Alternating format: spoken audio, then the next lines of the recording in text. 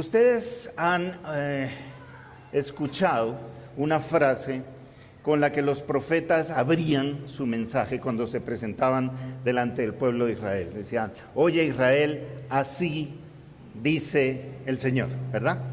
O así dice Jehová.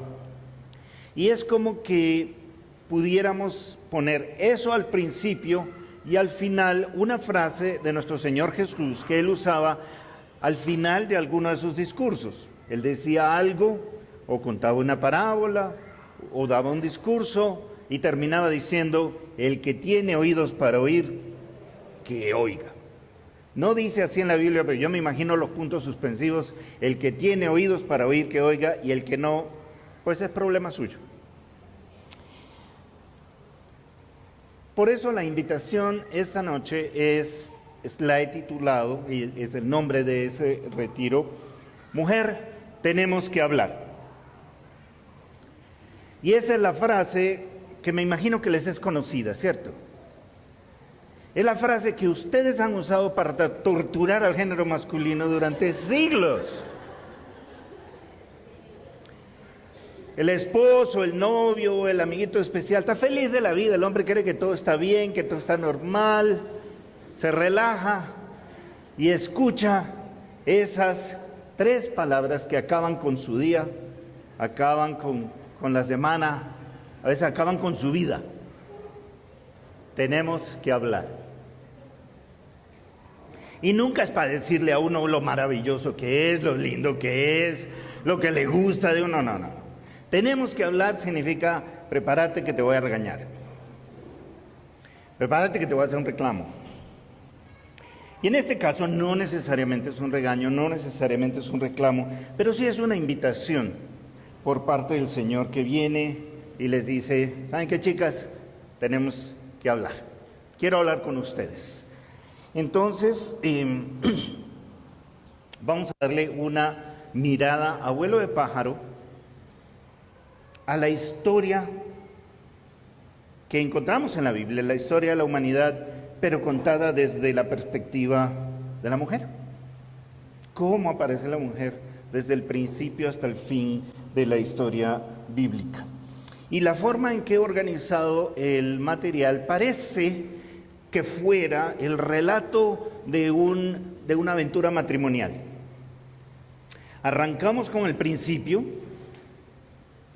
luego viene una larga y tediosa noche, y al final un intento de volver a empezar. Bueno, volvamos a barajar las cartas, como probablemente nos ha tocado a muchos de nosotros hacer a lo largo de una o de varias relaciones. Entonces, si vamos a empezar por el principio, eso necesariamente significa Génesis, porque Génesis significa eso, el principio.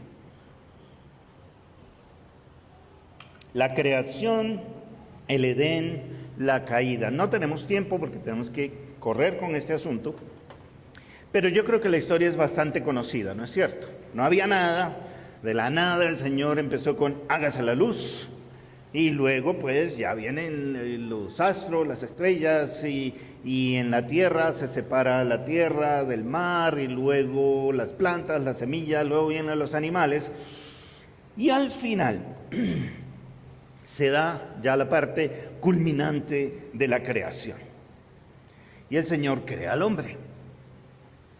Y por primera vez en la historia del universo, por la primera vez en la historia del universo, Dios declara que algo no es bueno. Al final de cada día de la creación, Dios, como si fuera un artista que está pintando un cuadro, da un par de pasos atrás, mira su cuadro y dice: es bueno. Siguiente día crea otra parte de la creación, lo mira, es bueno, declara que es bueno. Pero por primera vez da ese paso atrás, mira, lo ve al hombre y dice: no es bueno. Pero no es bueno porque el hombre está allí, sino que dice: no es bueno, ¿qué cosa? Que el hombre esté solo. Y ahí está la primera parte del mensaje del principio. Para que todo esto fuera perfecto, en su estado original, todavía no estamos hablando del daño que causó el pecado, estamos hablando en su estado original, para que esa obra maestra de Dios fuera perfecta, ¿qué era lo que faltaba? Tú.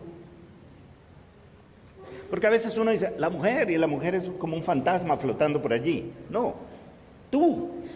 Para que esta creación fuera perfecta, faltabas tú. Alta, chiquita, flaquita, gordita, mona, negrita, no importa. Mujer, tú estabas faltando para que esta creación fuera perfecta. Y de ahí en adelante, si vamos a ser honestos, nada es bueno si faltas tú. Si tú te escondes, si tú te retraes, si tú te metes debajo de la mesa, si tú empiezas a decir, ay, yo no, yo no valgo nada, yo no sé nada, no me mire. Si te escondes, faltas tú, las cosas no son buenas.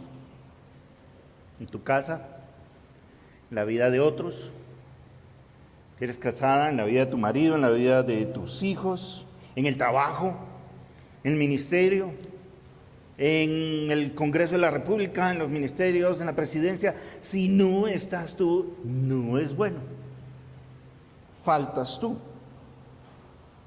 Entonces, en cierto sentido, es verdad que eres el broche de oro de la creación. La cúspide, la cerecita que le faltaba al helado antes de poder decir que ya estaba listo. Porque la creación de la mujer es lo que lo lleva a Dios a cambiar su declaración, de que al final de cada día decía, esto es bueno, esto es bueno, esto es bueno, esto no es bueno, falta algo, ¿qué es lo que falta? ¿Qué es lo que falta? ¿Qué es lo que falta? Tú. Y cuando te pone a ti, ya no vuelve a decir esto es bueno, sino que dice, ahora esto es bueno en gran manera. Como quien dice, ya esto es inmejorable. Recién cuando llegas tú al escenario es que esto se hace inmejorable. No voy a decir más que esto porque está la otra parte de la frase o está el otro mensaje que está allí al principio. No es bueno que el hombre esté solo, y hay otra frasecita que viene después. Haré ayuda idónea para él. Y esta es una frase que ha levantado muchas ronchas. Yo creo que genera como alergia, como sarpullido, como cositas así, ¿no es cierto? Porque ha sido bastante mal interpretado, ha sido utilizado de una forma hasta grosera, generalmente por los hombres, aunque no exclusivamente por los hombres. No es bueno que el hombre esté solo, haré ayuda idónea para él. Y la mala fama de esta frase nace de la interpretación equivocada de equiparar ayuda idónea con ayudante. ¿Sí o no? Eso es lo que entendemos muchas veces por ayuda idónea. Pero la expresión hebrea, traducida como ayuda idónea, no tiene nada que ver con ayudante. Y yo sé que más de varias veces, cuando le han dicho una cosa como esta, sale diciendo, ¿ayuda idónea? Pídale a su abuelita que sea su ayuda idónea. Y claro, si lo vamos a entender como ayudante, yo haría lo mismo. Yo reaccionaría igual que ustedes. Porque, bueno, yo no sé cuál es la imagen que tienen ustedes. La imagen que yo tengo es la de un taller de mecánica, ¿cierto? Donde uno es el dueño y el otro es el ayudante. El ayudante es el que se tiene que tirar abajo del carro. El ayudante es el que se engrasa. El ayudante es el que se quema. El ayudante es el que termina sucio y cansado y sudoroso y de todo lo demás. Y el dueño es el que cobra. Y eso yo no. ¿Quién quiere ser ayudante? A ver, levante la mano. ¿Quién quiere ser ayudante? Bueno, ahí hay un ayudante, claro, pero cuando crezcas ya no vas a querer ser ayudante, vas a querer ser el dueño. A tu edad yo también quería ser el ayudante, porque cuando uno es el ayudante aprende mucho. Pero bueno, ¿qué es lo que sucede? Allí no dice ayudante, dice ayuda idónea. Y esa misma expresión, ¿saben quién la usa para referirse a sí mismo? Dios. Dios le dice a Israel, yo seré tu ayudador. Porque no dice ayudante, dice yo seré tu ayudador, yo seré tu ayuda idónea.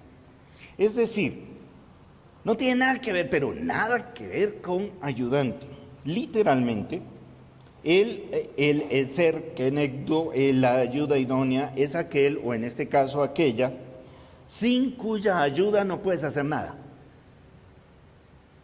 No es tu ayudante, es aquel o aquella que trae eso sin lo cual nada pasa. Sin lo cual, mejor dicho, esto no puede suceder. Israel no era nada sin el poder, sin la sabiduría, sin el amor de Jehová. Y lo que Dios está diciendo es que el hombre no es nada sin el poder, la sabiduría y el amor de la mujer. Y no estoy hablando necesariamente de relación de pareja, estoy hablando de toda la existencia.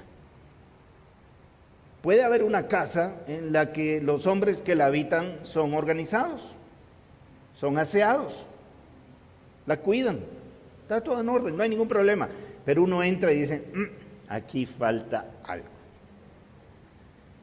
¿Cierto? Que se le ha dado en llamar el toque femenino. O en un equipo, puros hombres, tenemos una manera de pensar que es distinta a la de ustedes. Y cuando una y otra manera de pensar contribuyen en el manejo de una idea, sale muchísimo mejor que cuando se hace solo de un lado o solo del otro.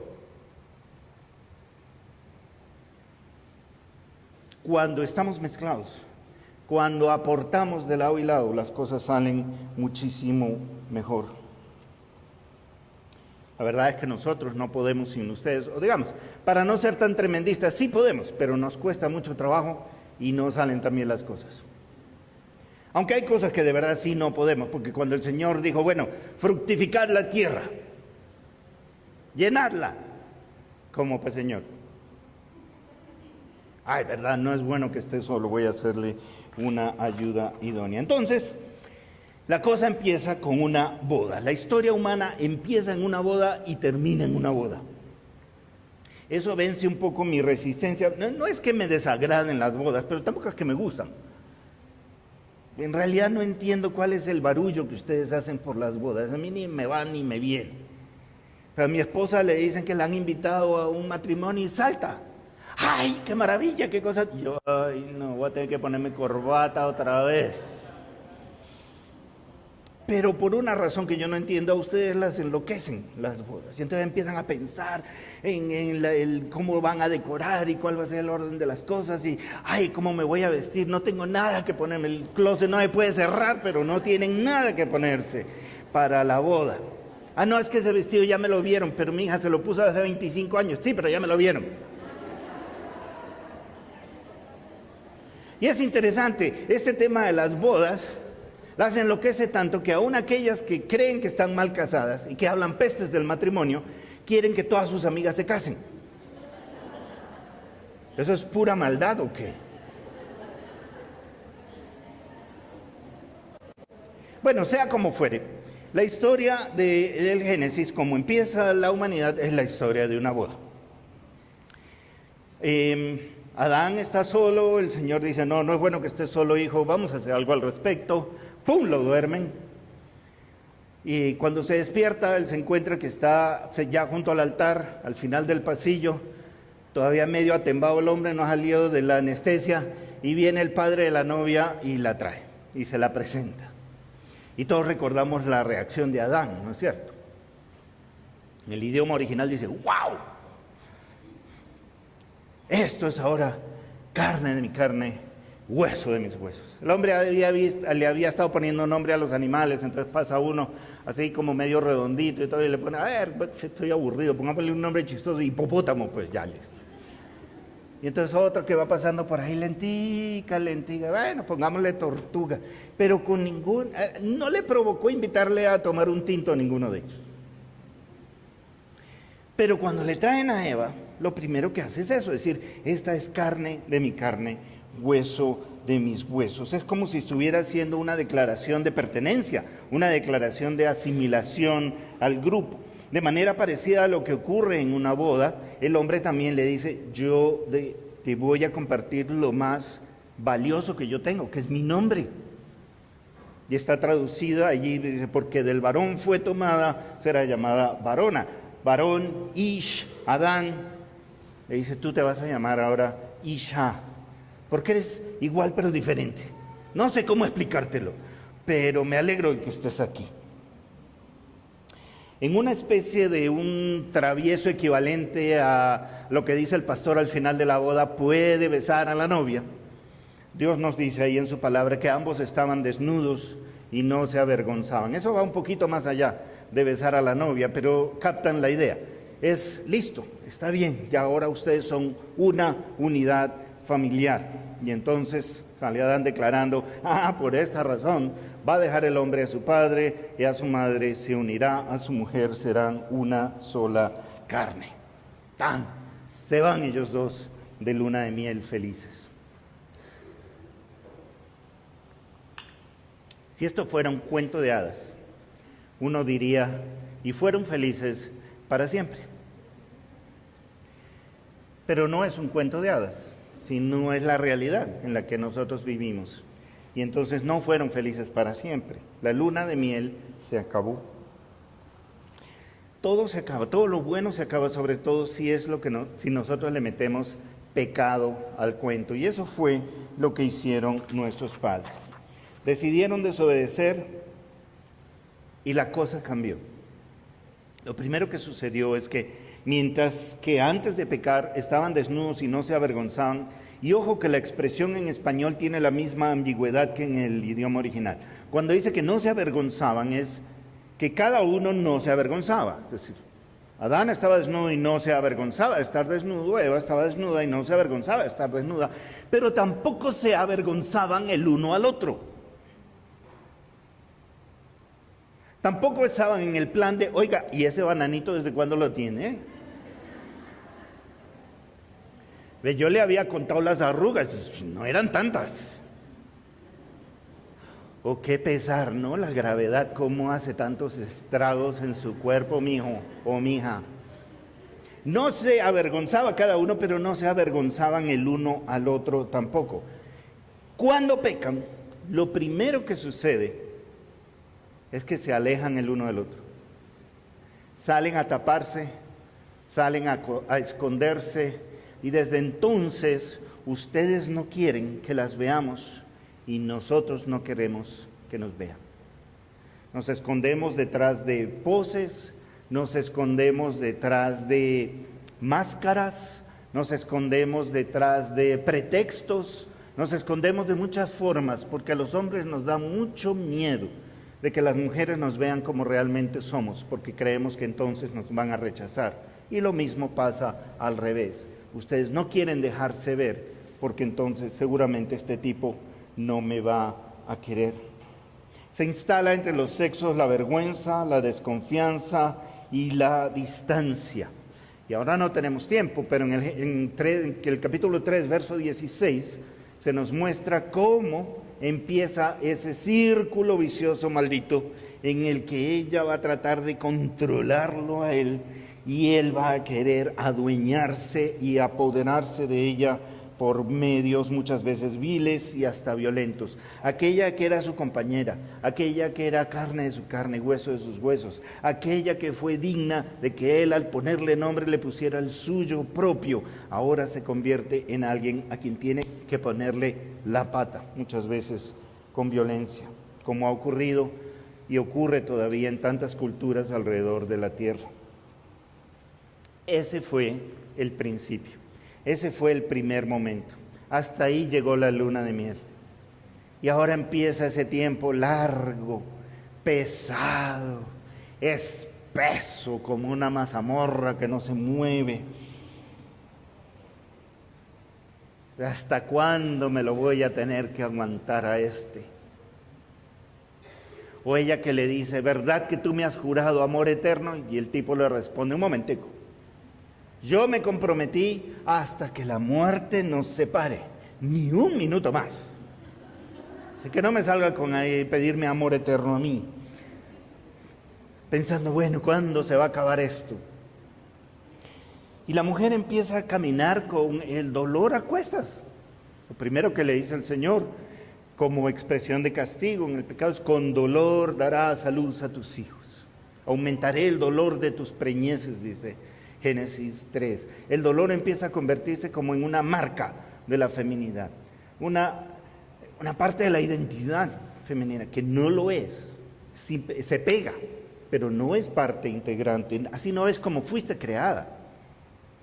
No es parte del diseño de la creación. Miren cómo, algunos elementos nada más de cómo cambian las cosas. Comparen la gloria inicial, la dignidad que le da a Adán cuando le dice: yo soy Ish, tú eres Isha. Yo soy varón, tú serás varona. La madre de todos los vivientes. Yo tengo nombre, tú tienes nombre. Estamos hablando de Génesis 3. Génesis 6, 3 capitulitos nada más después, viene el tema del diluvio y entonces Dios decide salvar a una familia. ¿Quién me dice quiénes fueron los que se salvaron? Sus nombres. 1. Noé, Sem, Cam, Jafet.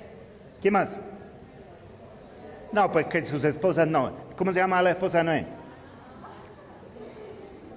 La esposa de Sem. Sema, no es Sema. La esposa de Cam, tampoco es Cama.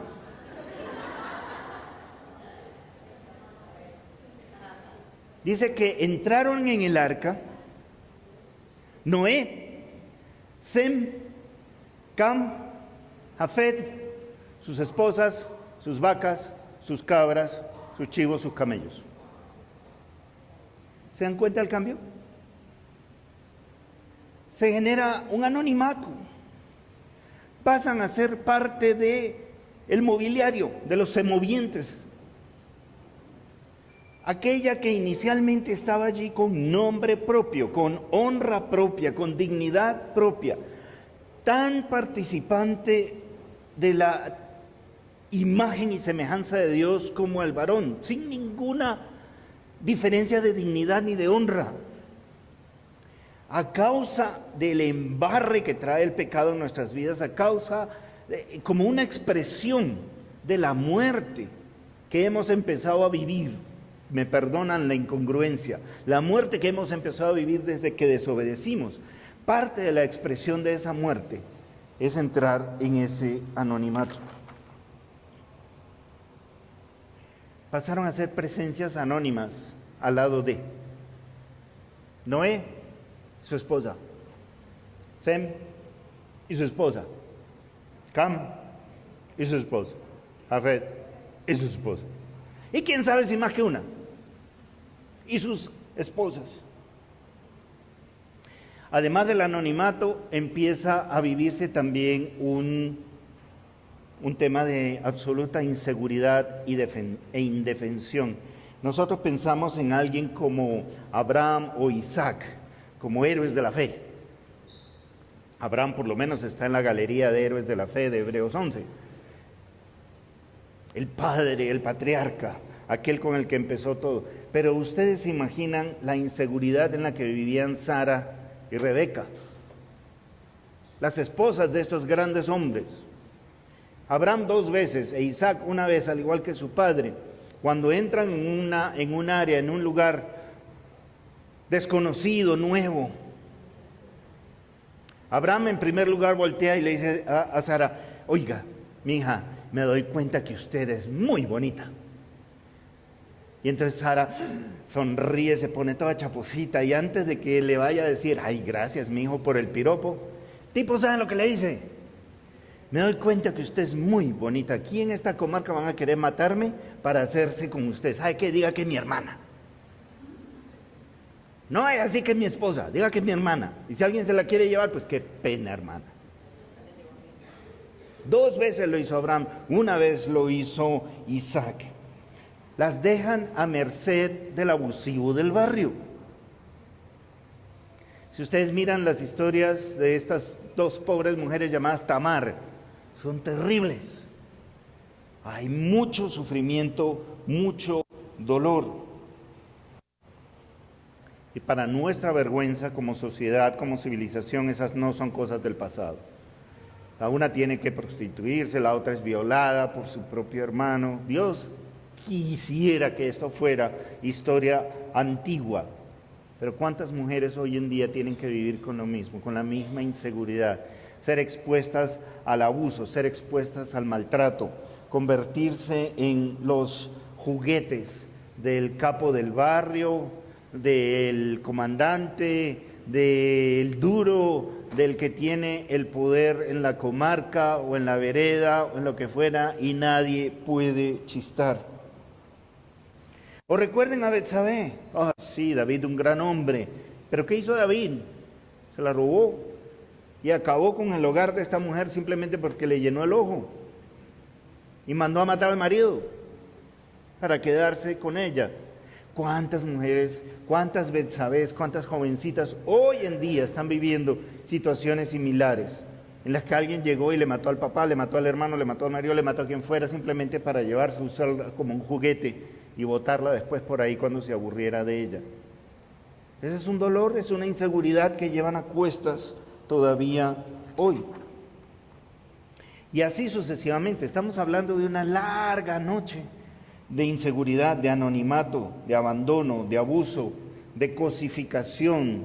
Todavía están cosificados. Miren la publicidad. ¿Cómo le venden a uno una pieza de motor? Aceite para el carro, ¿cómo se lo venden? Con un bikini. Yo me pregunto, ¿qué tiene que ver un bikini, una tanga con el aceite del motor? Todavía no he podido descifrarlo. Pero hay esa cosificación de la mujer. Entonces es como si Dios se parara ahora detrás y le dice, oiga, ¿sí valió la pena desobedecer? ¿Sí valió la pena dejar lo que yo te ofrecía para irte detrás de otras cosas? ¿Realmente valió la pena? ¿Qué ganaste? Nada.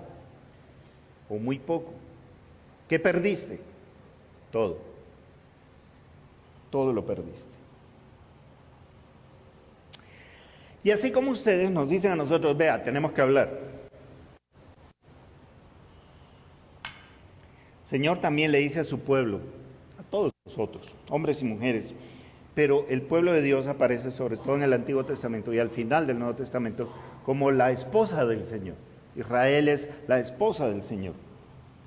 Isaías 1:18. Señor le dice a su pueblo, venid luego, dice Jehová, y estemos a cuenta. Si vuestros pecados fueren como la grana, como la nieve, serán emblanquecidos. Si fueran rojos como el carmesí, vendrán a ser como blanca lana. Pégate a mí. Pégate a mí. No importa cuánto se haya emporcado tu vida. No importa cuánta mugre te haya caído encima, por tu propia cuenta o por cuenta de otros, pruébame. Y lo que está podrido yo lo voy a revitalizar. Y lo que está teñido de sangre por el pecado, yo lo voy a volver como blanca lana. En el capítulo 2 de Oseas, no lo vamos a estudiar con detenimiento, el Señor le dice a su pueblo, en la representación de un marido engañado que le dice a su esposa, ven, hablemos. De ahí el título de la presentación. Mira, tenemos que hablar. Hablemos. Tú eras mi esposa, pero mira cómo te ha ido prostituyéndote con los ídolos. Mira cuánto mal te han hecho tus amantes. Mira cómo sufres alejada de mí. No has ganado nada y lo has perdido todo. Estás sucia, fea, ajada, manchada. Estás en un estado repugnante. Pero Dios jamás nos señala nuestros pecados para dejarnos ahí. Jamás nos señala qué tan mal estamos para dar un paso atrás y decir, ahora púdrase pues. Decidió desobedecer, fríguese. No, jamás. Y aún en un caso como este, miren, voy a leerles el verso 13 y 14 para que vean el contraste. En el verso 13, al final de toda esa descripción que hace de cómo su amada se fue detrás, no de uno, de varios amantes. Porque ellos le daban vino y le daban aceite y le daban riquezas y después te han dejado botada, te han dejado tirada, te han dejado enferma, te han dejado vuelta a nada. Y la castigaré por los días en que incensaba a los Baales y se adornaba de sus aretes y de sus joyas y se iba tras sus amantes y se olvidaba de mí, dice Jehová. Terrible. Pero el verso 14, escúchenlo. Pero he aquí que yo la atraeré, la llevaré al desierto y hablaré a su corazón. El Dios de los cielos, el Altísimo, rebajándose a la figura patética de un marido engañado que ama tanto a su mujer que va detrás de ella, le dice: regresa conmigo, yo te perdono. Regresa conmigo, yo te necesito a mi lado. Sí, todo eso pasó, pero yo puedo hacer nuevo lo que está viejo. Yo puedo darle vida a lo que está muerto. Créeme, confía en mí, regresa. Y Dios sale de esa manera al rescate de la mujer de una manera en que ningún hombre jamás será capaz de hacerlo. A veces ustedes esperan que nosotros lleguemos a extremos por ustedes. Y a veces lo intentamos, otra vez no lo intentamos, a veces nos sale bien y otra vez nos sale mal. Pero jamás podremos compararnos con la imagen de Dios estando dispuesto a darlo todo por su Israel, a darlo todo por su pueblo. ¿Tengo que dar la vida de mi hijo? ¿Tengo que hacer que mi hijo se humille, sea torturado y asesinado para recuperarte? Yo pago. Porque de tal manera amó Dios al mundo que dio a su Hijo, a su único Hijo, para que todo aquel que en Él crea no se pierda, mas tenga vida eterna. Y entonces renace la esperanza. Ya vimos el principio, hasta el fin de la luna de miel, la larga noche cargada de anonimato y de abuso y de violencia y de agresión y de indignidad. Y ahora el Señor pone lo que haya que poner, paga lo que haya que pagar y te dice: mija, ¿lo volvemos a intentar? ¿Empezamos de nuevo? ¿Qué te parece si volvemos a barajar? Sí, ya estamos viejos. Ha pasado mucha agua bajo el puente. No importa. Yo lo arreglo. Yo lo limpio.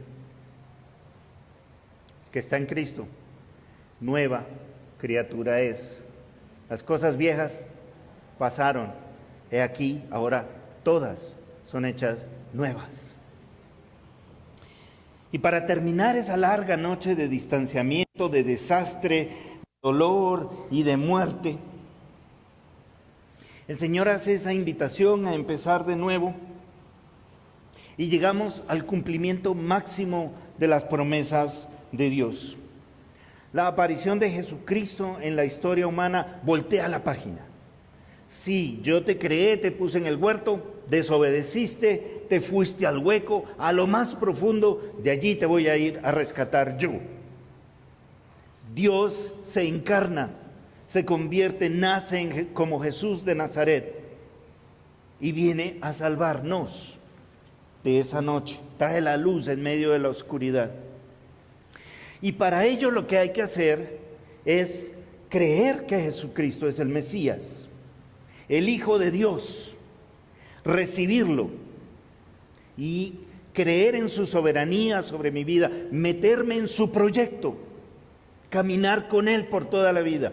Si esa es la definición de creyente, el que recibe a Cristo, el que cree en Él, el que acepta su señoría, el que camina con Él para servirle, el primer creyente de la historia no fue un él, fue una ella. María. Y empieza la reivindicación, la renovación, la redignificación de la mujer con María. La elección de una mujer para ser especialmente bendecida y a través de ella traer bendición a toda la humanidad. Y piensen en esto. Una muy joven, muy humilde, muy pobre campesinita de la Palestina del siglo I. Se cree que andaba por ahí entre los 14 y 15 años, tal vez como máximo. Estamos hablando de lo más insignificante entre lo insignificante a los ojos de la humanidad. Se le aparece un ángel, ustedes saben que ángel significa mensajero, se le presenta un mensajero especial del Todopoderoso y miren cómo empieza a cambiar la historia, cómo empieza a revertir lo que estaba mal, lo que estaba dañado, lo que estaba muerto, empieza otra vez a ponerse las cosas en su lugar. ¿Qué es lo primero que le dice el ángel a esta muchachita? Ave María. Eso de Ave María no es solo una exclamación. Es un saludo. Ustedes han visto las películas de los romanos. Salen ellos con sus falditas y sus espadas y sus corazas, eso, y se presentan delante del emperador. ¿Cómo lo saludan? Exacto. Ave César. Era un saludo muy respetuoso. Este hombre está saludando a una reina. No le dice, ¿qué hubo, María? Mucho menos le dice, ¿qué hubo, mija? Dice, Ave María. Lo primero que, antes de pedirle nada, la honra, la dignifica, la llama por su nombre.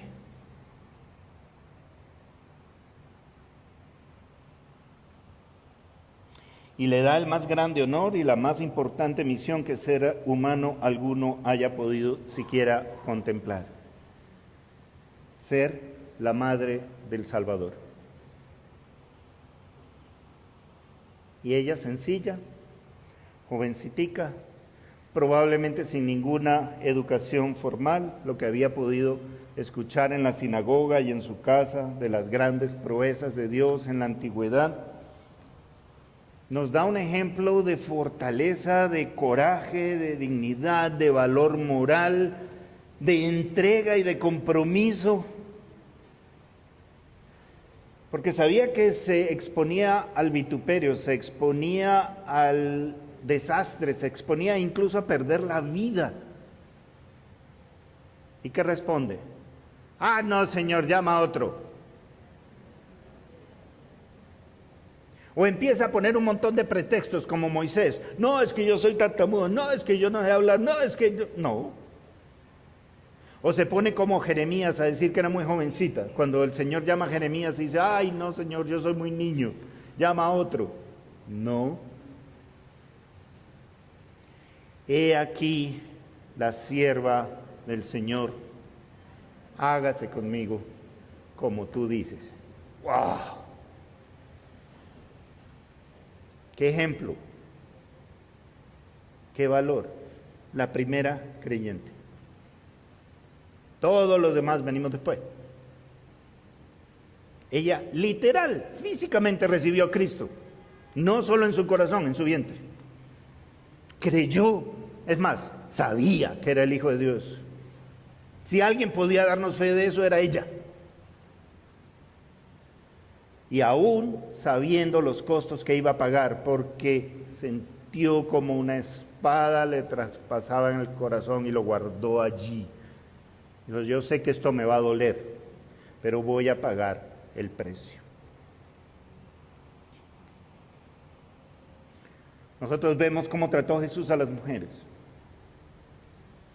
Jamás hubo una señal de desprecio, una señal de indignidad en su trato con aquellas que tenemos nosotros registrado en los evangelios.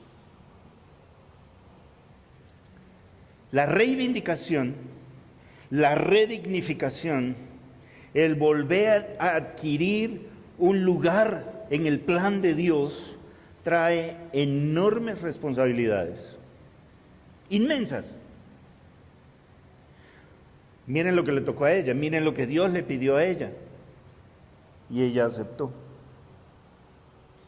Ahora, ustedes son mujeres y para ustedes es mucho más fácil ponerse en los zapatos de María que para mí. ¿Qué pasaría si se les aparece Gabriel y les dice una cosa como esa?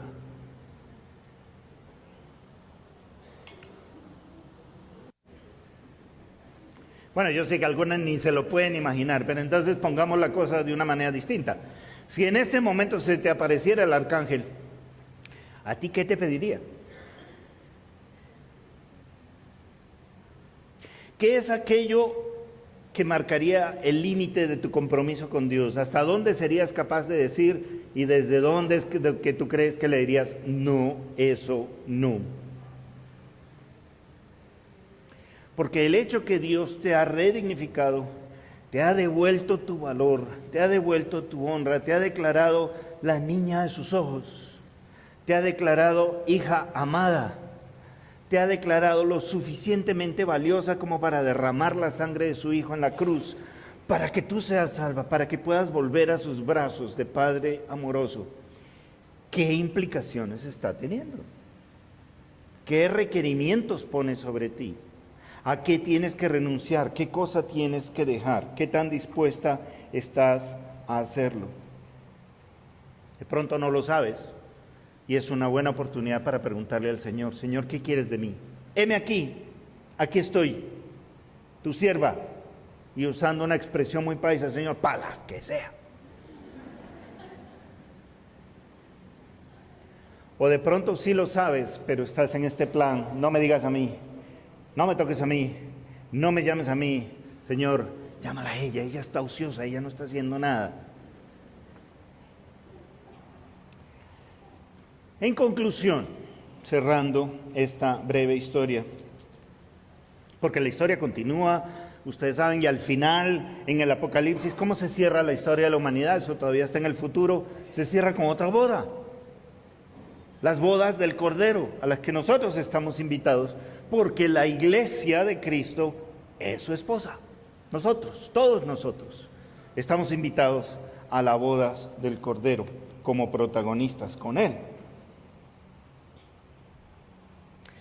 Pero entonces, mientras ese momento todavía no llega, ¿qué podemos concluir o qué podemos resumir? Mujer, en principio, Dios te hizo como una maravilla. Eso no admite discusión.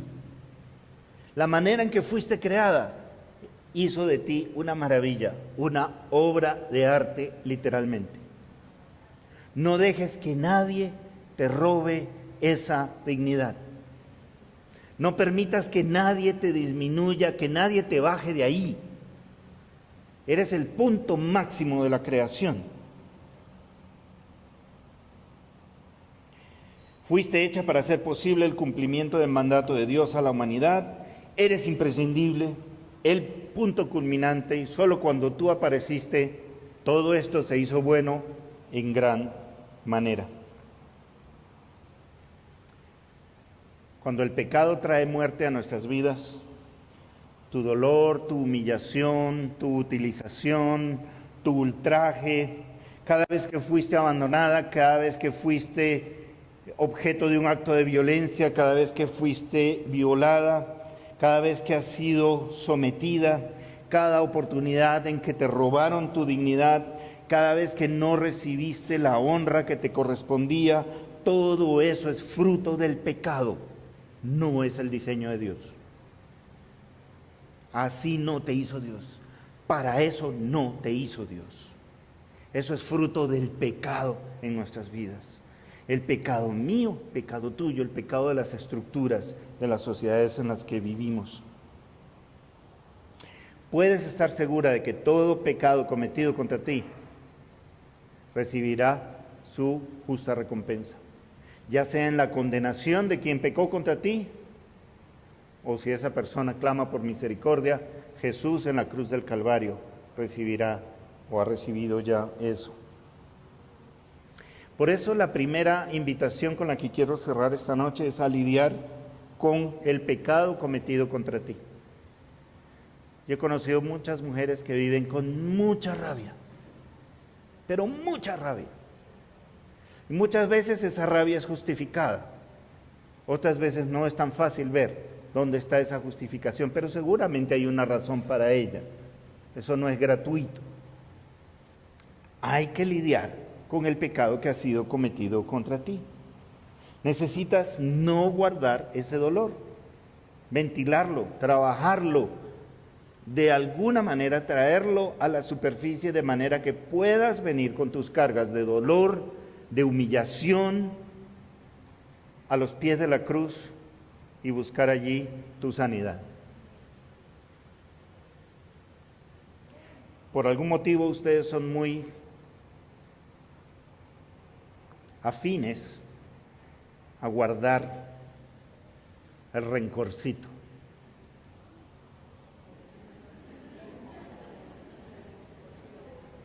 ¿Se han dado cuenta? 2 chinos en primaria, los primeros años, chiquitos, son amigos. Uno le hace algo al otro. ¿Qué sucede? Se agarran a trompadas. Uno le baja un diente al otro, le abre la boca, lo que fuera. 10 minutos después, siguen siendo amigos, están jugando otra vez. Mismo colegio, mismo jardín infantil, 2 niñas. Una pasó y no saludó a la otra. 20 años después todavía no se hablan. Pero no es pues que era tu mejor amiguita, era. ¿Y qué pasó? No me saludó. ¿Y cuándo fue eso? ¿Ayer, antier, la semana pasada? No, estábamos en jardín. Y no me saludó. Yo no le hablo. Y resulta que el resentimiento, la amargura es el único veneno que le hace daño a uno mismo. El otro está feliz de la vida, no sabe ni lo que está pasando. Pero tú crees que si le sigues odiando, la sigues odiando, entonces algún daño le vas a hacer, cuando la única que se está envenenando eres tú. Necesitas traer ese dolor, esa humillación, esa rabia o lo que fuera y pedirle a Dios sanidad para tu corazón, para poder ser libre. Libre para amar, libre para servir al Señor, a la humanidad, libre para desarrollar tus dones, tus habilidades, tus talentos, libre para poder ejercer tu entrenamiento, lo que has estudiado, en fin, para vivir en libertad, libertad para amar a Dios y a otros como a ti misma. Pero no es ese el único problema, no es la única cara de la moneda. El pecado no es solamente el pecado que otros han cometido contra ti. Tu propio pecado también necesita ser tenido en cuenta. Si has puesto tu confianza en Jesucristo, si le has entregado tu vida al Señor, ese pecado ha sido lavado por la sangre de Jesucristo vertida en la cruz del Calvario. ¿Qué Dios como tú que perdona la maldad y olvida el pecado del remanente de su heredad? No retuvo para siempre su enojo porque se deleita en misericordia. Él volverá a tener misericordia y echará en lo profundo del mar todos nuestros pecados. El canto de Miqueas. Todos tus pecados, todo lo que haya sido aquello que te trae culpa, que te trae vergüenza, que te trae remordimiento. Si estás en Jesucristo, eres una nueva criatura, nueva, limpia, sana, salva, hermosa, lista, dispuesta para honrar a Dios y servir a otros y cumplir el propósito de tu vida. ¿Conoces el plan de Dios? ¿Sabes cuál es tu parte en el plan de Dios para bendecir a otros? Para ser completa, para cumplir el propósito para el que fuiste creada. ¿Estás dispuesta a jugarte la vida de mano de aquel que te llamó y te salvó? Y fíjense qué interesante. El primer llamado es para buscar sanidad, para poder descargarte del dolor y del peso de las consecuencias del pecado de otros contra ti.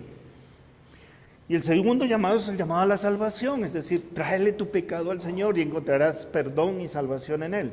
Y en el Nuevo Testamento, tanto para sanidad como para salvación es una sola palabra.